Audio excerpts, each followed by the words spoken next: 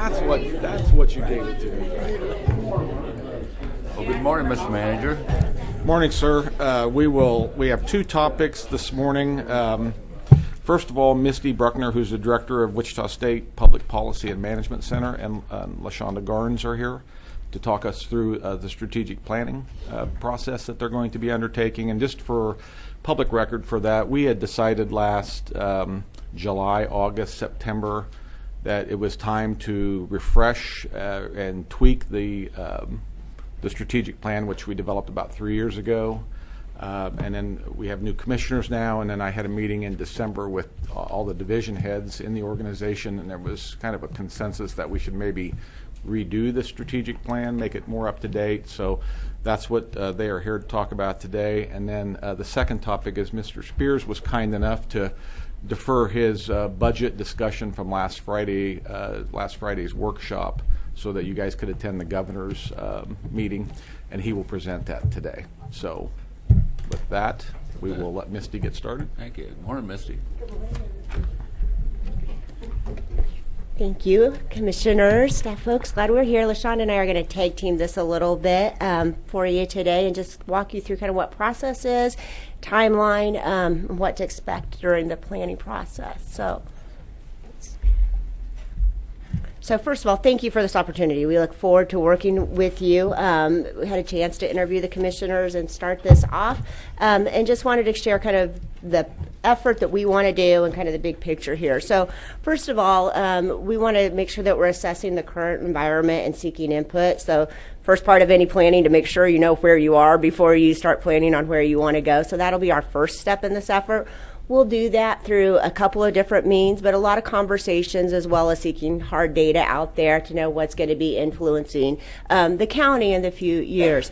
When we talk about strategic planning, it is a roadmap for where you want to go, and so it gives those directions, but it's also a communication tool. So it's as much as that as it is checking off the boxes. It gives that vision, gives the direction, and it's a way for you to communicate internally to be on the same page as well as with residents about where you as an organization want to go.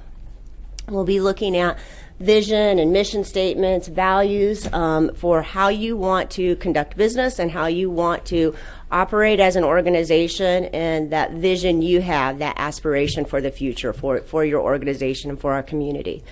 We'll be looking at specific goals and actions and also accountability. How are we going to measure success? And that connects into budget priorities, that connects to personnel and performance evaluations, and it's a way for policymakers to keep that big picture in mind as well as accountability throughout the organization. And again, that goes back to a great communication tool internally and externally with folks. And then one of the kind of different approaches that we'll have with this project that we don't always do is because of the size of your organization, we want to make sure that we're developing a template that can go down through departments and divisions so that everyone has a way to funnel this information back up. So you'll have the overall vision and goals, but also as you work down within the organization that everybody is connecting that back to the bigger picture. So we'll develop a template that'll match. So there'll be some consistency about how folks are putting information together. And I think especially during the budget season, you'll see that to be helpful. So Lindsay's shaking her head, so I think we're on the right process there for her. Okay. Any questions on big picture of why you do strategic plan, what we're trying to get here today? Okay. So today we're just going to talk to you a little bit about the planning process, overall timeline, and then we'll give a few of the highlights because we did have the chance to interview all of the commissioners last week.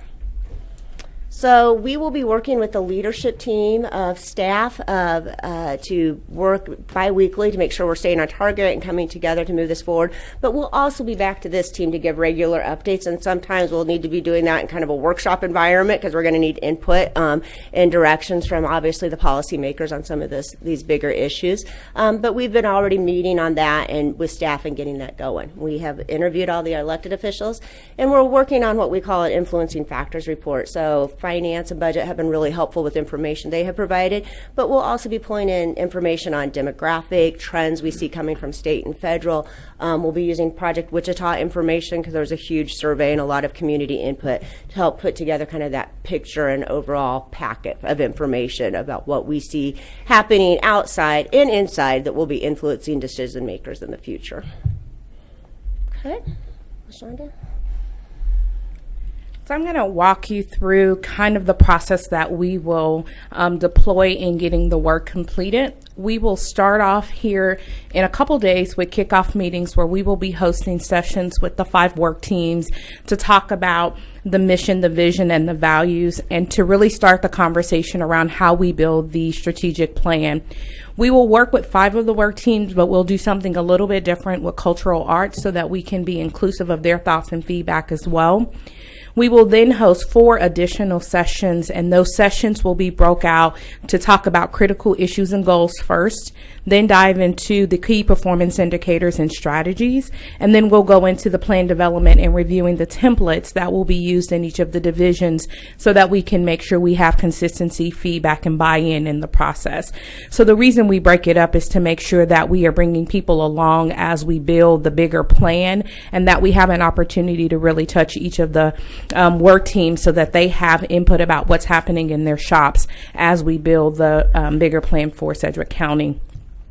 We will then move into some internal engagement, and that engagement will be around an online structured discussion so we can get to the individual employees so they also have an opportunity to participate and provide feedback into the bigger conversation that is happening in our work team sessions. And so as we understand what the critical issues are and some of the strategies, we will use that information, some of the information from the influencing factors, to develop a survey that we can push out to the whole organization so that they too can provide feedback into the final document.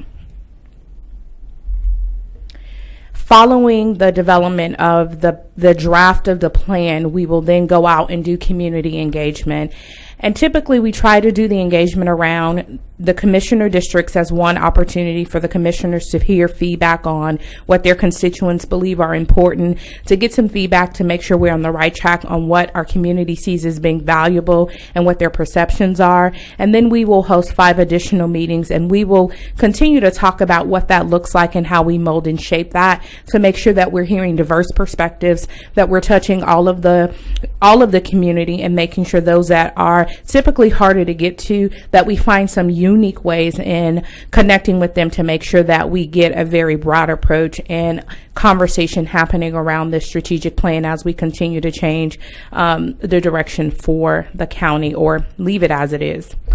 So Misty talks about earlier the work team and the project management. So we will be meeting with them on a bi-weekly basis to make sure that we are on track to where we need to go in regards to getting the plan completed, that we are having someone review the work as we move it along so that we don't get to the end and find a big aha that we should have caught a long time ago, as well as making sure that we're working with the communications team so that the messaging about the process, the messaging about the engagement is happening timely, and that it is a transparent process that allows the community to see how we are walking through this process. And then they will also be responsible for approving the final plan. So we have a very aggressive timeline. We are starting off in February and hoping to walk through this process and have a final draft to present to the Board of County Commissioners by the end of the year.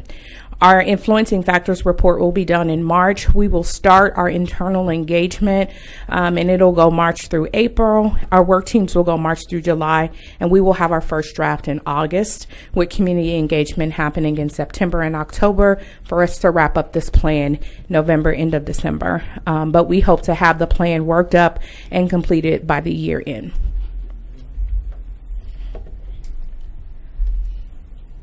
So just wanted to confirm that we'll have several points where we're coming back and updating you. So we want to make sure that there's no surprises for any of you, obviously, as the Board of County Commissioners too. So just a few of the highlights. We'll be doing a full report from our interviews last week, but wanted to just give you a few of the topics and kind of the overall themes we felt we heard from all of you in that process. So one of the big things we heard was building trust within the organization, with the community, and with some of your key partners outside, that all of you talked about that is important. That you really wanted a vision, really something that motivated, inspired, and moved people along to where you were going as an organization, and that communication and that transparency part with residents is a key part of building trust internally as well with your employees. And then some of the critical issues that we heard, again, these are the ones that we heard from all of you. So if you don't see your item on here, that doesn't mean we've lost it. We'll just include that in the full report. But these are one that we heard from each of you in some way. Mental and behavioral health, obviously a big part of the work that you as an organization do. Workforce development as a critical issue for our community, and wanting to make sure that the county is a strong partner in that conversation. Consolidation opportunities, so wide variety of topics on there, but that was something that wanted to be considered. Quality of place and cultural attractions, I think this talked about as a part of the workforce, about as retaining our young folks here within the community. Each of you mentioned that in some ways. Each of you had key infrastructure projects. So this really came out when we talked about district, things that are going on within your districts, but obviously some big items for the county moving forward. And then staffing, just the value we need to have on staff and the importance making sure that people are developed, succession planning, and making sure that the organization is moving forward and having a strong workforce internally as well. So I'm Misty. This is LaShonda. We're here to help you any way we can and move you through this process. So that's our overview. We'll be back and forth a lot. Our work teams actually kick off this in a couple of days, and we're really excited about having this opportunity. So any questions on process or anything we presented here today? Any questions? I don't see any questions. I want to thank you for coming and speaking with us last week. And we look forward to this process. I've been through the strategic planning a number of times, and I think it's vital to the organization, especially with us having several new commissioners here and 4 of us that weren't here during the last strategic planning process. So thank you very much. Thank you. We look forward to working with you. Thank you, LaShonda. Thank you, guys. Okay, David. All right, Mr. Spears. All right, David Spears, Director of Public Works. Tell you about basics of Public Works today. Just interrupt me anytime during the presentation that you have a question. It's no problem. So we have 609 miles of roads, 569 paved, 40 gravel, and this includes 26 miles of connecting links. Now, a connecting link is a road through a city of less than 5,000 population that we would be responsible for connecting links. Now, that's not every road in the city. That's just a road, a main road through there that might connect a county road on both ends of it. So we have several of those throughout the city, throughout the county, 26 miles. We have 601 bridges. We just got finished with our last inventory. We have 17 miles of bike paths, and we have 14,000 traffic signs. We didn't put culverts on there because we don't know how many culverts we have. There's probably 25,000 culverts out there, just a lot. Might mention that Commissioner Dennis, of the bridges 601, 325 are in your district. It's kind of interesting statistic. Okay, so we try to build 10 bridges per year. So that means that if you have 600 bridges, those bridges better last 60 years, or it's not sustainable. So we have 4 contract bridges we build per year and 6 that we build with our forces in-house. On preventive maintenance, we are continuing the 6-year cycle, which means we do about 100 miles of preventive maintenance on our roads per year. We have eliminated the Township Road Replacement Program, which that was the commissioner's selection of roads of a mile of road every other year. We've added the County Road Replacement Program in 20, 22, and 23, which basically that is when we have 150 miles of coal mix roads that are basically falling apart, that are county roads, and so we are going to try to maintain and repair those roads. And we will pick, we don't go by commission district, we pick what is the worst, and we make it a priority, and that's the ones that we go fix. Okay, key current CIP projects. These are the big projects that were done by a contractor. 61st Street North, out near 167. So it's for ICM. We designed this in-house. It has been let, and we are going to meet their schedule. It'll start in March, as soon as spring hits here, and we will be finished in time for ICM to start their big ethanol plant. Also, Greenwich Road, we're a joint project. This is between Harry and Pawnee, joint project with City of Wichita. Our share is about $500,000 on that. This all happened because of the Southeast High School being placed out there, and has put a lot of pressure on city and county roads for the traffic. Also, another project is the design of 135th Street West for the Mays Industrial Park. Okay, this is our bread and butter, 2019 preventive maintenance. We will spend approximately $7 million on this year. You can see the different tools in our toolbox: NovaChip, Bondtech, asphalt surface recycling and paving, scrub seal, which we do in-house. I'll talk a little bit about that because that's a new thing we're doing. We did a couple miles last year. And then crack seal. So just a little bit about preventive maintenance. I've been to a lot of conferences and seminars on it, and it's the thing that you have to do is keep a good road good. And you have to treat a road as an asset, like a building, and take care of it. Otherwise, in 20 years it falls apart, and then you're at, like, for a 2-lane road, a mile, you're like $1 million to fix it. What we do is maybe spend $50,000 on it every 5 or 6 years, and so if you had $50,000 every 5 years, that would be what, $200,000 in 20 years. So you'd rather spend $200,000 than you would $1 million, and it's just like changing oil on your car. Rather than replace your engine, you ought to go spend a little bit and change the oil. So that's what that's all about. And like I say, we have different tools that we use on. David, just a quick question. Just for my background, I don't know all the difference in these Nova versus Bond. Okay. And you don't have to tell me, but can you provide an approximate cost? Is it per project, per mile kind of thing, just so it can get a... Sure. I assume one of these is way more expensive than the other, and Sure. maybe what you just And what referred we to, do- extend the years of life. I'll get that for all of you. I'll Yeah, send it to yeah, all of it's you, not- and then you'll know. And maybe a little description of what it is also. Yeah. And what we do is we go out before the year starts and we look at all the roads that we're going to do, and it's not complicated.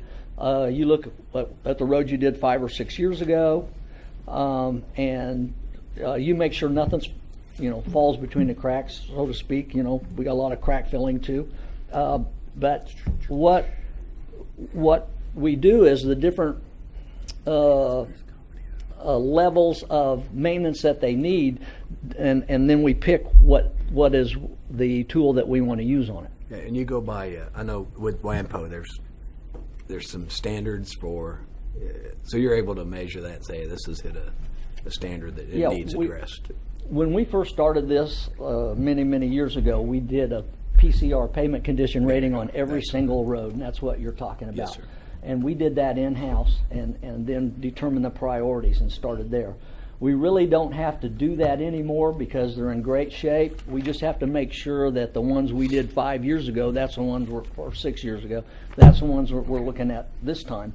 Plus any others that might have gone bad because of extra traffic, truck traffic, or that sort of thing.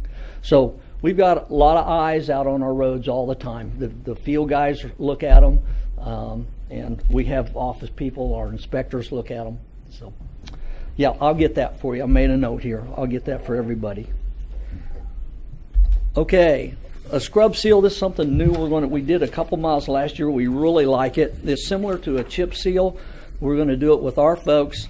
It's simple. Oil is sprayed on the road, and then you drag this broom, a special broom behind it, and this oil fills in all of the cracks, plus it allows you to put small chips on top of that that will stick.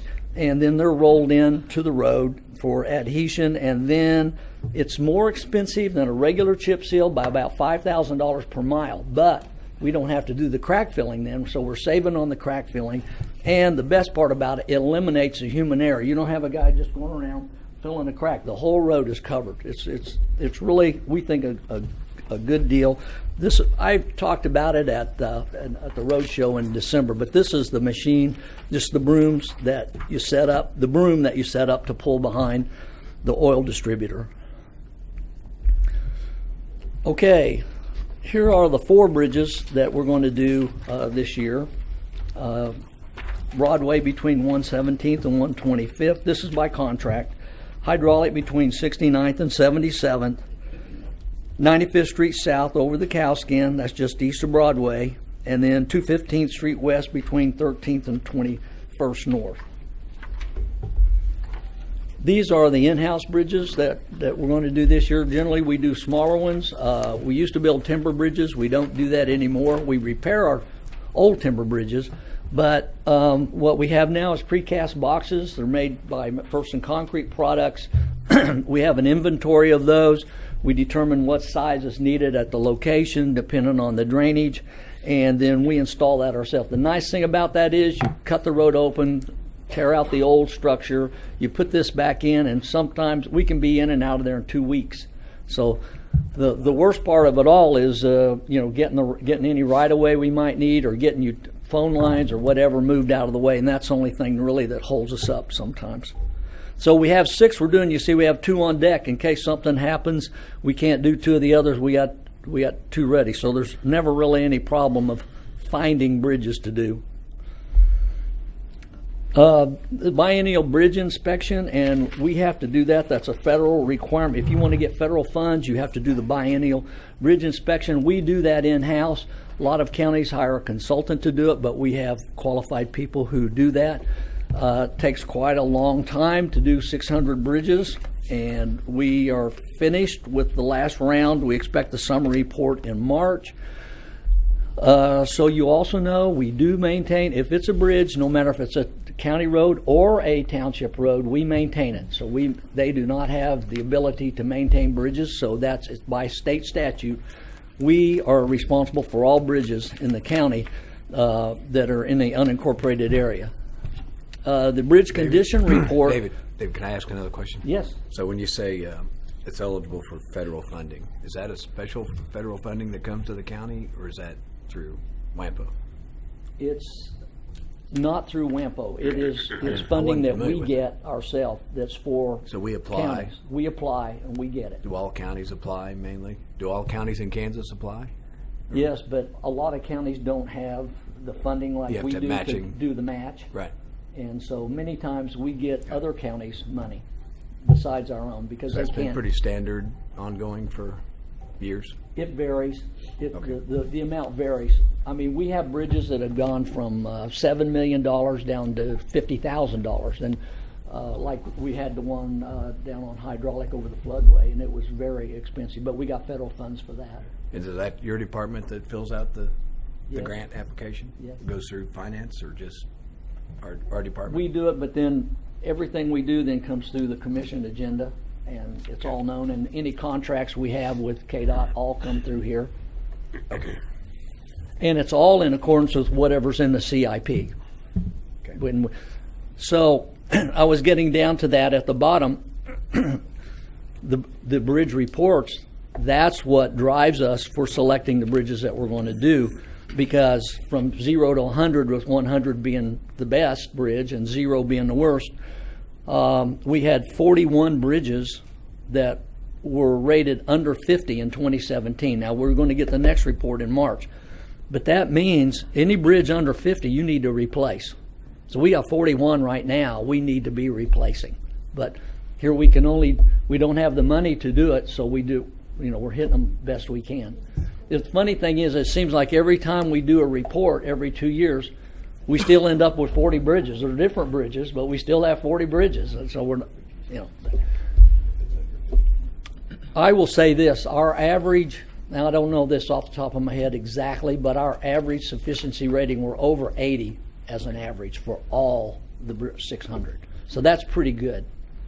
But David, with your budget and replacing bridges, we for the 2020 budget are gearing up to give you the $4 million in bonded money, right? Will any of that money translate into additional bridges for us? That additional $1 million? No, not this year, but we're going to set up the entire 5-year CIP with the $4 million per year, and that's good. I'm glad you brought that, because there's been a couple years in the past where we didn't have that, and that set us back because we weren't able to do what we needed to do. So you have to have sustainability. But that set you back on bridges, right? Because you used to do 12 a year and you're down to 10. Is that correct? Correct. So will this get you back up to 12 then? If that would be my hope. Okay. Yes. Okay. Thank you. Okay. You can keep going on. Sorry. But like I said before, a lot depends on the size of the bridge. Like, if you have a $7 million bridge, you're probably not going to do 12 bridges that year. Certainly. Unless you get the federal funds. Right. Certainly. I get that. Okay. All right, a little bit about SMAB, stormwater and SMAB. And I know that Scott Lindeback was down at the SCAC meeting in Derby, and Commissioner Howell wants him to come up here and do that same presentation sometime. So we'll get that figured out on a Tuesday. But the Stormwater Management Advisory Board was suspended in 2018 for lack of funding. We actually went since the Halloween flood of 1998, a little while after that started, the SMAB started, and we have actually done 2 presentations to different county commissions about what needs to be done. And when you have all of the projects have been identified, and you're over $500 million. So what it is now is we got to figure out a way to fund it, and that's where we're at. So we made a recommendation, and there's really not much else for the committee to do because they've identified all of those. But I mean, it hasn't been abandoned. I'd say more like suspended, because just on the agenda the other day we put another person on there, so we haven't forgot about it, and we can fire it up anytime. So, but the key on that is, and you had a presentation by Johnson County. We had everybody out at the NCAT for that, and I thought that was really good and how they do it. Anyway, that's where we're at right now. We're using the solid waste fee to clean up the storm debris by Deer Lakes Estates. This came from the Oaklawn tornado, and that's in process right now. Delano Township dissolved a few years ago, and those funds were used to buy a compact track loader and track excavator for stream maintenance.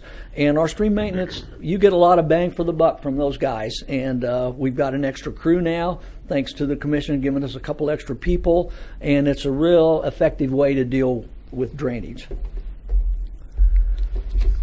So the other giant thing going on now is the North Junction, and all the communities around are in favor of that, which is nice, and that should help possibly get some funding for it. The city and the county have already committed $500,000 apiece to acquire right-of-way and prepare federal grant applications. We applied for a build grant, but no word was received for that. We're in the process now of applying for what's called an INFRA Grant, which is due March the 4th. And those announcements, we will get that finished, and those announcements are expected sometime between July and September this year. Is that with KDOT? Are we all doing that together? The INFRA Grant? It's us and Wichita. Right, for the North Junction. Yes. With KDOT? No, just us and Wichita on the INFRA Grant. Okay. But KDOT's right in the middle of everything too. Right. They're wanting us to do that. That would be a different source of funding also. Okay. There's on the INFRA Grant, there's $900 million available nationwide, and it stresses innovation. So it requires specific performance measures. For example, I've written down a couple here. We might say in there that we're going to reduce the delays up there by so many seconds. And then we might say we're going to reduce accidents by so many. Well, once it gets built, it better do that, or that's what's called a clawback penalty. If you don't do that, they want some of their money back. So that's a little tricky deal. We've never been involved with one like that before. Letters of support will be needed. I don't think that's a problem because we've got Sedgwick County, Wichita, Park City, Bel Air, Valley Center, Newton, and the Chamber all in favor of this. So it's one of those deals where that won't be a problem. A significant local match will be required, and then the project must be under construction by September 30th of 22. The KDOT funding is still unknown. The INFRA grant can be combined with other federal funds, and it requires a minimum 20% non-federal match. So this is the catch. The local, city, county, non-federal match could be $20 million. So that could end up county $10 million, Wichita $10 million to match. So just want you to be aware of that. Now you can always turn down the grant if that's, and of course Lindsay will be in the middle of that. Anytime you say 10 million, I saw her ears just go up like that when I said that. So are we able to be under construction by 2022 because we have acquisition of right-of-way, we've got design we got to get through, we've got the first phase that's got to be completed before we can start the next phase? That's right. And that's why we already gave $500,000 and the city $500,000. All of that is underway now. But it's a... You're saying we will have all the right-of-way? And we will No, have I the would never design? say that because you don't. If you have to go to court, you don't know. We'll do our best. Is that, we can talk maybe more details. Is that for all the colored phases for this infra, or is this just the next phase of the North Junction? Say that again. Is this is this completion of, or just the next phase of the this infra grant? This is just the next phase. So is there four phases, David? 4 phases, and this is Yeah. the second phase? Yes. And just from a partnership perspective, because I know Butler County was in on this too, Right. but the paying partners, the ones that have to do the match, Wichita City and us. But there's many other partners that are signing on that think that this is a good deal. Yeah. That's exactly correct. We might get a little bit of money from the others, Right. but it won't be significant. But it might be a token amount. That's how that usually goes. And it might, I think phase 4 might even be combined with phase 3 eventually, but that's the future. Lindsay has something. Thank you, David. Commissioners, if you do wind up wanting to pursue, if the INFRA grant is awarded that $10 million, you have considerable room within your debt limits to issue bonds for that $10 million. And what you saw at the retreat, that forecast showed some pretty steep declines in your debt service over the years. And so this actually would be a good thing toward the property tax lid to ensure that we don't slide back. So I think if this is something that we wanted to pursue, the cost should not scare you too much.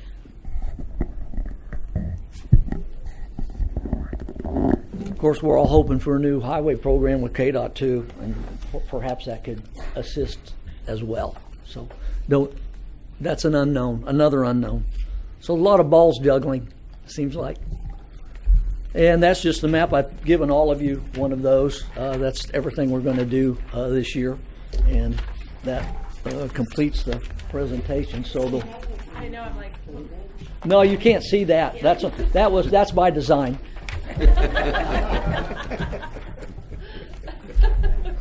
You've got a big one in your office, though. Okay. Didn't the governor come up with?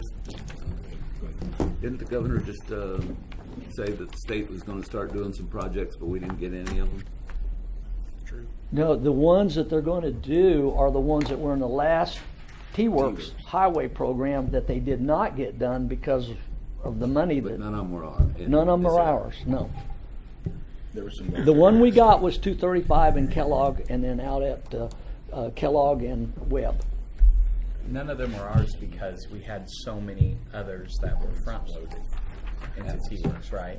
Dollar amount. Yes. Yes. That's right.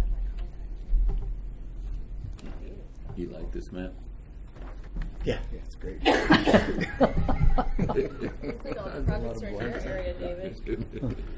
It's all right. It's good. Thank you. I see everybody squinting. Any questions for David? A couple questions. Mr. Howe. So back to page 5 on the bridges under 50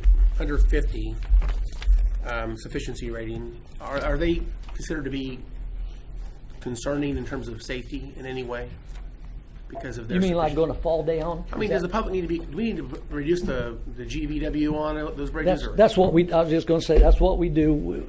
You can do. There's several things you can is lower the weight limit on it, and we've done that a lot. We've even had some where we've lowered the speed limit. Not very many, and that's on basically a bigger bridge that might start bouncing or something like that with a big truck. So we've lowered speed limits on them in the past to 20, but those are things that we do because, or the worst thing, you shut down the whole road where you don't, or right at the bridge, and people can come in from both ways. But that's very inconvenient. So in terms of public messaging, though, is there any? Should the people in our community be concerned about this issue in any way? No, I don't think so because, like I was saying, it seems like every time we do this, we still have 40 bridges each time. But they're different ones for the most part. But every time we do our study, there's another. There's 40. Some of them are the same, but. So our bridge plan for 2019, the 4 contracted out and the other ones we're doing in-house, are those being selected because of their sufficiency ratings? Is very objectively, you're just picking the worst bridges? Is that what's correct? The process? We pick the worst ones. Okay. That's all right. And then I have just I guess a thought on this MAB, page 6. I would say we have some options as a county, but I'd like to just make a couple comments. When they came down and did the briefing to the commission, was that before the new commission was here, or was that after? Not this commission, but was commission? You were there. I attended. All right. Well, just a couple of comments on that. One thing about that, Johnson County doesn't do stream maintenance. I thought that was interesting. We spend a fair amount of money doing stream maintenance in Sedgwick County, and they consider that to be a private sector problem. They let people fight that out in court and beat each other up, and they spend their revenue from the 0.1% sales tax they passed in 1985. They use that revenue for infrastructure. And so,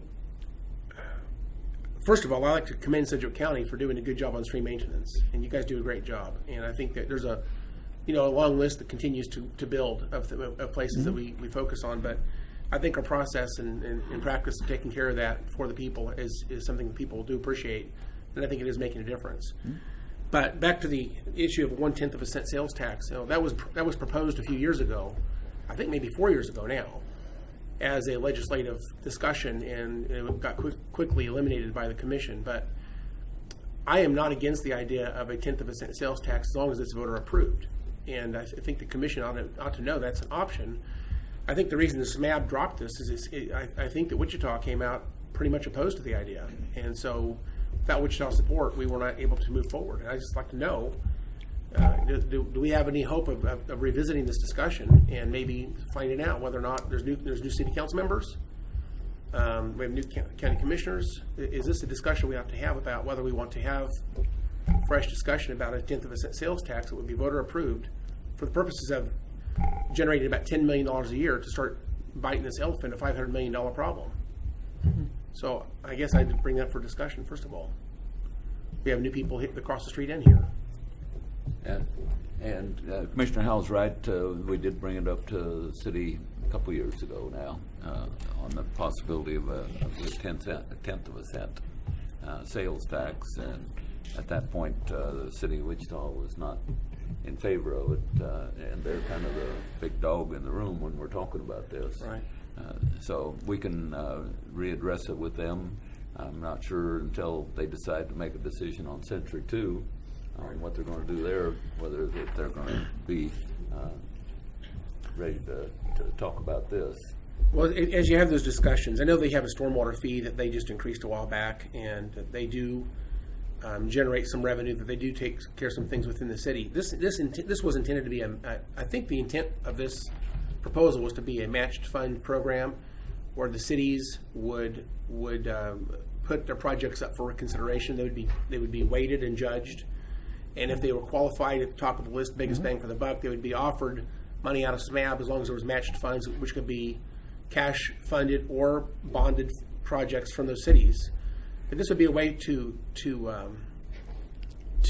take the dollars from SMAB and actually even expand that to other dollars within the cities and begin to start solving the problems. And so the biggest beneficiary of this probably would have been the city of Wichita. And I think that was lost in the communication last time. I think Wichita needs to understand that there may be $10 million. I would expect $8 million, just based on population alone, $8 million of that probably be available to Wichita each year. So the biggest beneficiary to this would be Wichita themselves. Rather than taking money from Wichita and giving it to people outside of Wichita, I think that and there's a risk that would happen. I think Wichita stands to gain the most out of this probably. But I just wanted to say I think we ought to have a fresh discussion on that. And then my next question would be, how many projects are shown on page 8? You have a map there. I see lots of projects. Of course, it's pretty small. But how many projects are on that map altogether? Is there any way to... Wait, you talking about this? Yes. Well, I mentioned the big ones this year, and then, of course, the preventive maintenance. Hang on.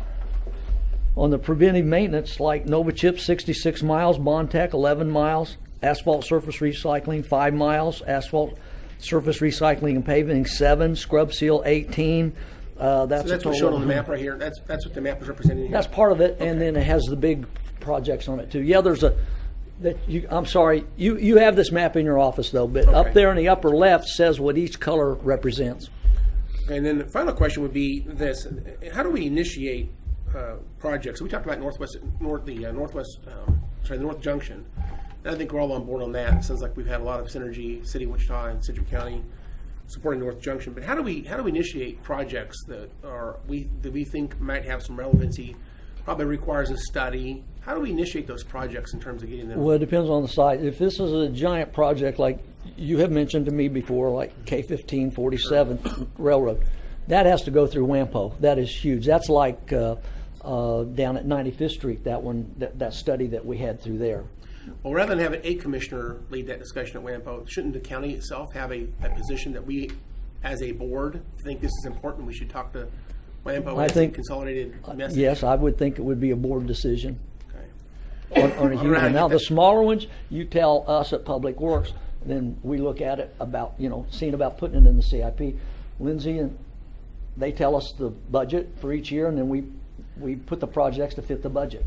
It sounds like these projects require a study generally to front end, and probably would have to be funded by a governing body. I would assume, since we're bringing it up, we probably have to put some money into a study, I would guess. So that right, and that has a budget impact. So we probably need to have some discussion about whether we want to fund a study or not. That's the way it usually goes. Just as a side issue, Secretary Lawrence from KDOT came down, and we just had great discussion. I really appreciated her coming down here. But it occurs to me now with KTA changing to basically no personnel required for getting on and off of the toll road. Kansas, I think, is actually way behind the nation in terms of toll roads in urban areas that are important to the community. Which brings up the idea, my opinion is we ought to be talking about potentially Northwest Expressway again as a toll road. We are. And so probably require, again, she said probably do a piece of it right first because it's so expensive. And in fact, I'm going to be trying to set up a meeting here pretty soon on that with. I'll bring that up only because she said the first thing you have to do, she hadn't heard of it before that day. She's new to the position. She's new.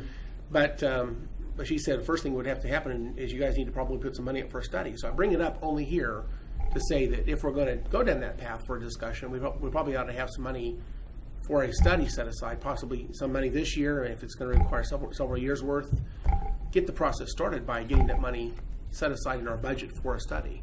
Well, and on a deal like that, which that will become a state highway, we'd like for KDOT to participate and KTA to participate and the county to participate and really like Wichita to participate. That's all I have. Thank you. Well, it all comes down to jurisdiction and money. I mean, whatever the project is, the first question we should ask is what jurisdiction is, and if it's county only, then David is the county engineer. That's where the discussion begins. If it overlaps into township or in municipalities or zone of influence of municipalities, then that municipality comes to the table. And if it gets too big, then the state of Kansas. And then it's all about how much the project costs. If it's a $1 million project, then that's something we can look at with local dollars. If it becomes a $20 million project, then the table has to get bigger. So that's, in answer to your question of how do we initiate these and put them down the road, I think we'd have to start with our county engineer, and he'll determine how big the project is and who all needs to be at the table. Well, that's why I'm kind of bringing this up today. I think we ought to potentially have some money set aside in our budget to start working on these studies if that's what we need to do. Okay. That requires a discussion. It requires us to make a decision, and then hopefully, start doing the planning to figure out what it's going to take to make this discussion happen. And it's a very complicated process, obviously, but it starts out. I think that the county's going to potentially put some money up to get the discussion moving forward in a serious way. Yeah. All comes down a lot of times to the cost-benefit ratio. Is the cost too much for the benefit, or does the benefit outweigh the cost? Yeah. Any other questions? Any other commissioners? Thanks, David. Hey, thank you. I don't think we have any other questions. You must have explained it very well. All right, Mr. Manager. what No else meeting you got? next week, so no agenda review for today. We will have a staff meeting next week, though, on Tuesday, but there's no BOCC meeting. So that's all we had today, sir. Good. Any staff have anything today? Any of our electeds? Anybody else in the room? I have one other thing. If y'all haven't seen the House Bill 2308, there's a bill to basically begin a state-mandated study on consolidation of city-county government, Wichita, Sedgwick County. So we probably ought to have legal take a look at that. I've read the bill. I think there's got a lot of problems in the bill, but it's interesting that it's out there, so we probably ought to get a position on that.